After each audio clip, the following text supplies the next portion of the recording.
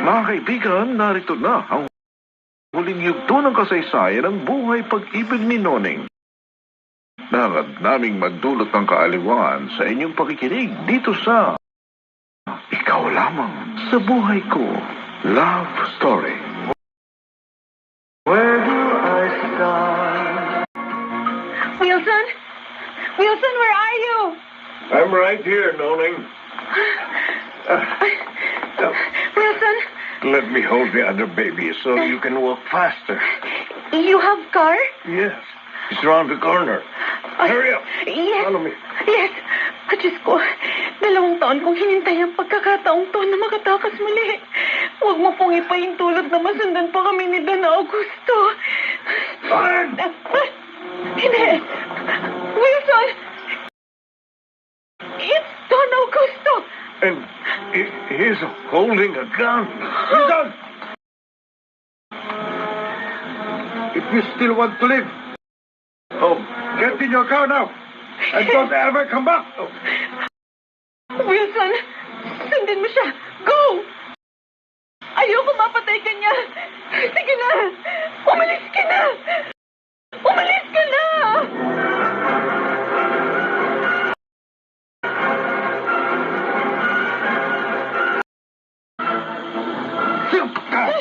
Matigas talaga. Tama na. Tama na. Ang mga bata, huwag mo silang idamay. Hilda! Hilda! Don Augusto! Kunin mo ang 2 bata. Ilayo mo sila kay Noneng. Wag! Wag! Huwag mo silang ilayo sa akin. Hindi mo sila maawakan hanggat hindi ko nasisiyak na hindi mo na ito uulitin. Maawa ka. Gusto ko lang ng normal na buhay. At pagkatapos ano? Hindi demanda mo ko? Mag-iiganti sa akin ng tatay mo? Hindi ko iintayin masira ang reputasyon ko. Mananatili ka rito hanggat gusto ko. Maawa ka. Gusto ko nang umuwi sa amin. Hindi! 2 bata. Wag! Wag! Wag! Hindi na ako uulit. Ako, hindi na ako makikipagsulatan kay Wilson. Ha? Hindi ko nasasagutin ang mga sulat niya. Ha? Hindi na ako susuway sa'yo. Huwag mo lang ilayo sa akin ang mga anak ko. Hindi na ako susuway sa'yo. Maniwala ka doon, Augusto. Hindi ko na uulitin ang ginawa ko.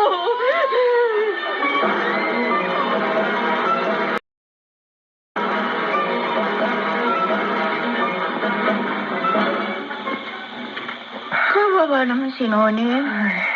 Nakahuli na naman pala sila ni Don Augusto.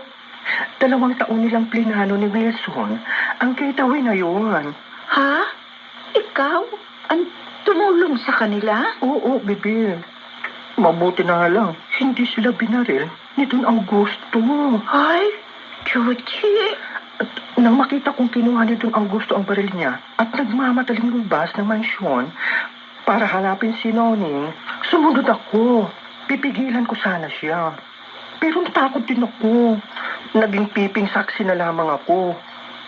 Nakita ko ang lahat, pero hindi ako nakapagsalita. Sobrang takot ang naramdaman ko nang makita kong tinutukan niya ng baril si Wilson at si Noneng. Eh? Ano nangyari kay Wilson? Pinagsabihan niyang kung gusto raw nitong mabuhay, sumakay na raw sa kotse at umalis na. Ako, Diyos ko. Ganun talaga niya kamahal si Noneng. Mabuti nga kung mahal, bibip. Naawa ko kay Noneng, ano. Dito na nagdalaga. At dito na rin naging ina. Nang wala siyang nadaramang pag-ibig para sa ating amo. Eh, wala tayong magagawa. Yun ang kanyang kapalaran duty eh. Ang tanging na lamang natin maitutulong sa kanya ay yung maging tunay na mga kaibigan tayo. At ilihim ang talaga nangyayari sa buhay nila. Love Story. Where do I start? Oli, apo. Palitan mo nga itong tubig at tatapusin ko ang pagpupunas ng katawan ng lolo mo. Oo po, Lola. Bakit si Pauling inuutusan mo? Nasaan ang ating mga katulong? Augusto, wala na tayong katulong. Matagal na. Pati ang mansyon na ibenta na natin. Matagal na tayong nakatira sa apartment na ito. Ang natitira nating pera sa bangko, yun ang ginagastos ko ngayon para maipagamot kita. Ang 7 nating anak, may kanya-kanya ng pamilya. Si Polly, ang isa sa ating mga apo. At siya na lang ang ating kasama. Hindi totoong sinasabi mo. Matagal nang huminto ang production. Wala nang natira sa mga tauhan mo. Hindi. Hindi pwedeng mamatay ang Bodabil. Wala nang teatro para sa Bodabil. Marami ng sinihan ngayon. At mas marami ng bahay ang may telebisyon. Lipas na ang ating panahon. Kailangang ibalik ang Bodabil. Augusto, magpahinga ka na lamang, ha? Tatapusin ko ang pagpupuna sa iyo. Noneng, nasa na ang mga costume? Ang mga Amerikano ko, ang mamahaling alahas. Ang iba sa iyong mga damit at mga costume na itago ko sa baul. May ilang peraso din ng alahas na naitabi ko pa, pero ang iba naibenta ko na. Bakit mo ginawa yun? Nilulustay mo ang mga pinaghirapan ko. Hindi totoo yan. Sa kabila ng ginawa mo sa akin, ako na lang ang nalalabi sa tabi mo para alagaan ka. Naging matapat ako sa iyo. Kahit sa iyong katandaan, hindi ko na inisip na iwan ka pa. Wala na rin ang aking mga magulang. Ikaw na lang at ang aking mga anak ang natitira pa sa buhay ko. Kaya sana sa nalalabing panahon ng buhay mo, maging mabuti ka na rin sa akin. Kailan ako naging masama sa iyo, Noneng?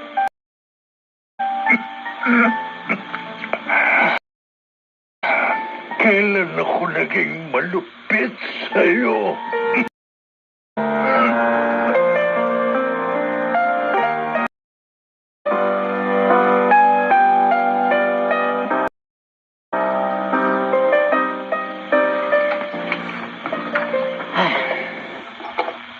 Ito na lamang ang nalalabing ala-ala ang aking pagiging performer sa stage. Ang ala-ala ni Wilson sa akin. Lola? Lola? Polly. Nagmamasdan niyo naman yung Paris ng bakya na yan. Hindi niyo naman ginagamit na yan eh. Ano po bang meron sa Paris ng bakyang hawak niyo? Glamuroso ang mga stage performers ng panahong yon. Masarap balikan. Masaya. Lalo pa kapag naaalala kong minsan may isang Amerikanong umibig ng tapat sa akin. Si Wilson. Siya ang nagbigay ng pares ng bakyang ito. Nasaan na po siya? Di ko alam. Bakit hindi kayo nagkatuluyan? Bakit si Lolo ang napangasawa niyo? Siguro, siya talaga ang aking kapalaran. Mahal mo po talaga si Lolo. Hanggang ngayon, pinagsisilbihan niyo siya. Minsan akong nagmahal. Pero hindi ang lolo mo. Lola Noni? Tanggap ko na ang aking kapalaran, Apo. Matagal na. Pero hindi ko makakalimutan si Wilson. Ilang beses niya akong pilit tinulungan. Pero sadyang hindi kami para sa isa't isa. Tinulungan? Paano po? Hindi ko po maintindihan eh. Hayaan mo na, Apo. Darating ang araw, masasabi ko rin ang lahat sa'yo. Ang buong katotohanan.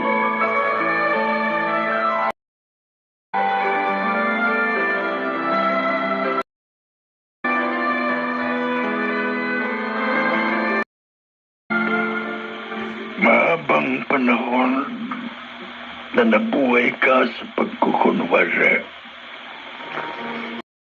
Alam kong matagal mo nang gustong maging malaya. Ano bang sinasabi mo? Ibinibigay ko na sa iyo ang iyong kalayaan, Noneng. Augusto, Uuwi na ako sa una kong pamilya. May nabubuhay pa sa aking mga anak. bakit mo sinasabi yan? Nakikita kong paghihirap mo para alagaan ako. Sa kabila ng mga puti mong buhok, Noneng, at kadla sa iyong noo, maganda ka pa rin. Ikaw pa rin ang babaeng kinapaliwang ko. At kung mauulit ang buhay ko, isusugal ko pa rin ang lahat para sa iyo. Pero, hindi ako pinatatahimik ng aking konsensya. Alam kong hindi ka naging maligaya sa piling ko. Augusto, Magpapasundo ako sa isa sa mga anak ko sa una. oh, Ibinibigay ko na ang iyong kalayaan. pero Patawarin mo ko, Noneng.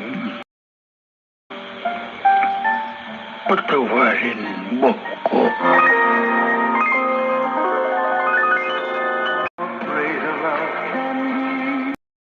Love story. About the love. Where do I start? Lola, sabi ni Lolo, pwede naman natin siyang dalawin kina Uncle Winston. Huwag ka nang malungkot. hindi ako nalulungkot, Polly. Naninibago lang ako. Buong buhay ko, ang Lolo Augusto mo na ang kasama ko. Naging malupit siya sa akin nung umpisa, pero nang magsunod-sunod na ang anak namin, nasanay na akong sunod-sunuran na lamang sa kanya. Lalo na nang maulila ako sa magulang. Si Augusto na lamang ang pamilya ko. At, Polly, bakit mo itinapat sa mukha ko ang cellphone na yan? Lola, hindi po ba ikaw ito? Ha? Yung nakaterno at parang kumakanta sa stage? Ay, Lumang larawan ng panahon ng vaudeville? teka lang. Isusuot ko sa laming ko nang makita ko. Polly, ako nga yan. Oh, Pero bakit nandyan ang larawan ko? finorward sa akin ito ni Mami. Ha? Nakita niya raw sa newsfeed niya. Nakapublic kasi. At ang nag-post, isang foreigner. Wilson yung pangalan niya. Nananawagan siya kung may nakakakilala pa sa babae sa larawan. Alive or not. Gusto daw niyang makita pang muli si Noneng. Ano? Bago siya malagutan ng hininga. Totoo ba ito? Apo, hanggang ngayon, hinahanap ako ni Wilson. Po, Lola. Oh, at ngayon mismo, pwede natin siyang i-message doon sa profile niya. Yan eh. Kung gusto mo pa siyang makausap.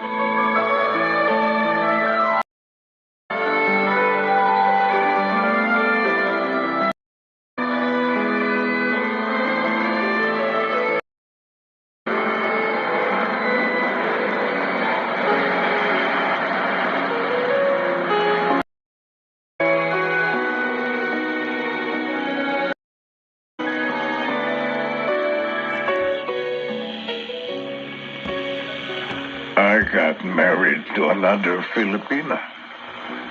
We settled in Texas, had 2 kids. Now she's gone. And my boys have their own families now. I've always wanted to know what happened to you. Wilson, matanda na ako. Matanda na tayo. I know. I understand. Pero love doesn't grow old. Still here. Sa puso mo? Opo. Magalang ka pa rin.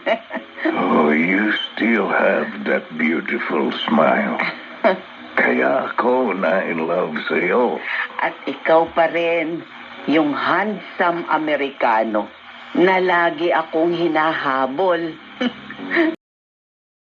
Can you blame me? First time I saw you singing on stage, I fell in love with you. Paano ngayon?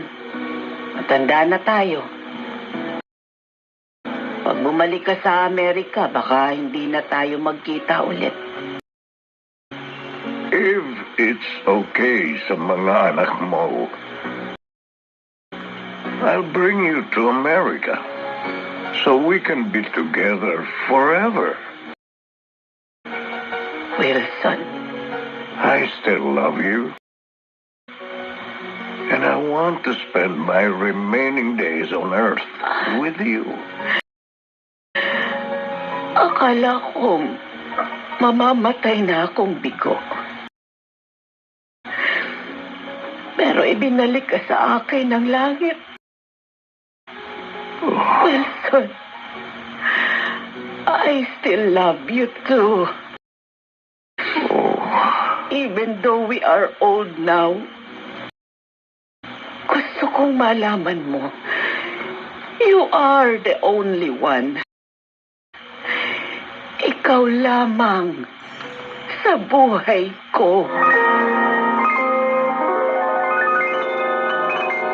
Sabi nila, dahil sa cellphone, wala nang panahong mag-usap ang mga pamilya. Kanya-kanyang tutok na sa gadget nila. Pero sa kwento ni Noneng, kapatunayan nating may buti pa rin itong dulot. Dahil sa social media, muling nadugtungahan ang pagmamahalan ni Wilson at Noneng.